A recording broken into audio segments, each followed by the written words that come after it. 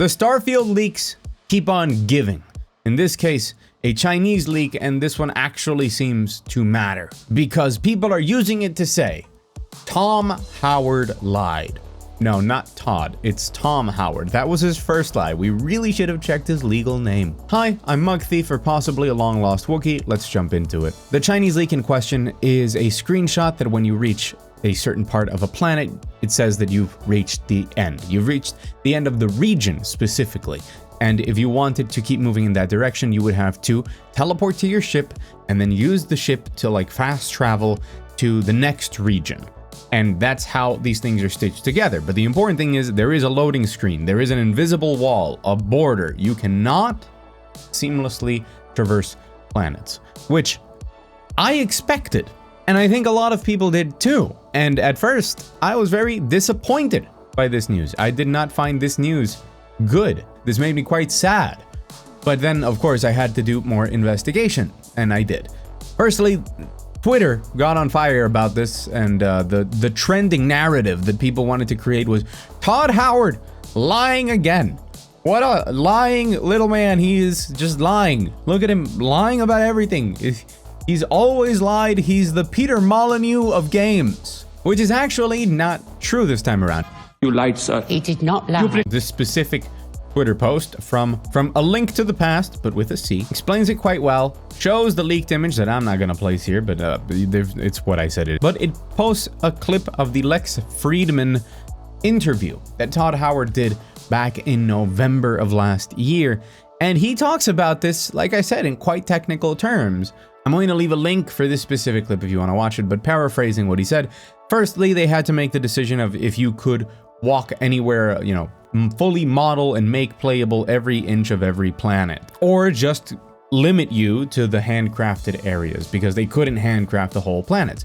In the end, they decided that it was worth it to pursue making all of the planets something that you can go to and explore. But then the next part that they encountered was making them not trash. They also obviously can't move away from the creation engine, which is the one that they use. And if you've ever watched something related to like Fallout speedruns, you'll know how the map system kind of works in the background. It's quite particular. If you haven't, I encourage you to go watch some of that stuff. I personally really like Tamatanis.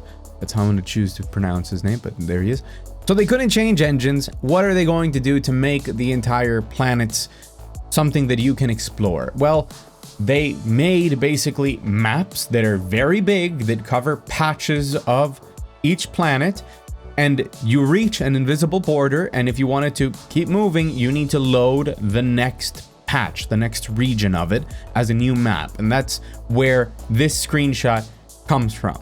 To what degree, and if it's on all planets, and what's the size of them, we don't know. It's worth mentioning Jez Corden tweeted out that you should wait for reviews because it's not as simple as it seems, for whatever that's worth. But this is Todd Howard in this interview saying this. So it's a tile. They just make these tiles. When you reach the border, you need to load the new tile, and the decision to load the new tile is through the ship instead of like hitting a loading screen.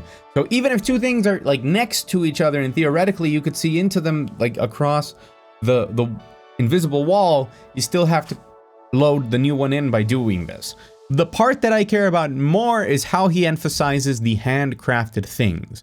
That, yes, of course, we're going to generate everything, and theoretically, if you wanted to explore this specific area of the map, you could just land in the region that's equivalent to and walk it, and everything is there. But he said that they wanted to guide the player towards the handcrafted content and make it very clear when you're entering these more procedurally generated zones that are not what you might expect or might be very empty and are just for resources. And from what we know of the gameplay loop, that has been made very clear before, that even though you can explore all 900 of the completely empty planets in the game will tell you there's no life here. If you're looking for resources, this is where you should land. And it just turns out that landing there is going to condense you to this invisible wall. I was very sad. Like I said, I thought that it was gonna be seamless and I would love having the ability to travel the entire planet. But then after all of this went down, I kind of sat down to think, how was I going to do that anyways? Am I just gonna hoof it across the entire planet? Because this isn't No Man's Sky. You're not jumping into your ship and like flying through all of the surface areas of the planet. That's not something you can do because of these limitations, clearly, because of the creation engine and all of that, which makes me think, how did they do space combat? Like, how does that work? Anyways, that's a topic for another day. I'm not gonna be walking 40 minutes in a straight line to reach a border ever. That's actually my biggest concern with Starfield that I have voiced in a previous video, is that I don't want it to be full of emergent gameplay and empty trash.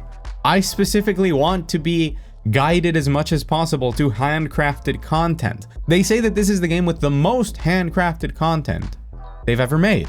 So I don't need any of the procedural generation things. I have a life to live. If this game has like 250 hours of handcrafted content, please don't make me waste my time doing things that are not that. Please guide me towards that as much as possible. And in those instances, I'm going to be playing it like any old BGS game, like a Fallout or a Skyrim.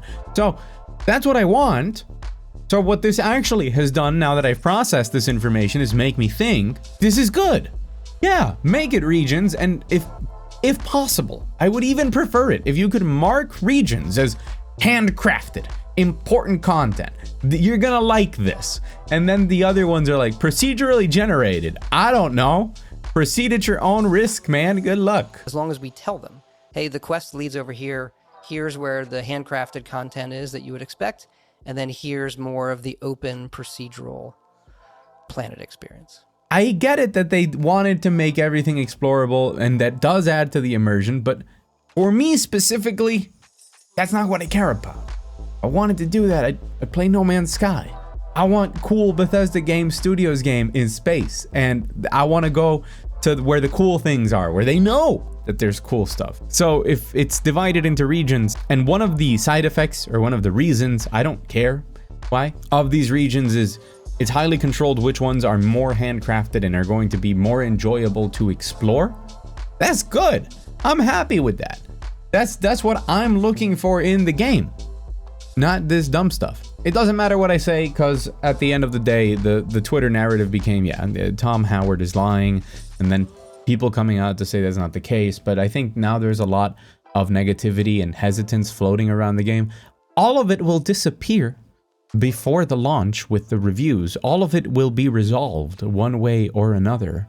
Tension and release. But the hype machine has got me too, man. I really want to go play some Starfield. I'm excited to go play it. I'm excited to make videos on it. I'm looking forward to it quite a lot. So yeah, I hope this explained the whole circumstance of that Chinese leak and gave you my perspective on it, which was a roller coaster of, oh, that sucks. Wait, that doesn't suck that much. Also, Tom never lied.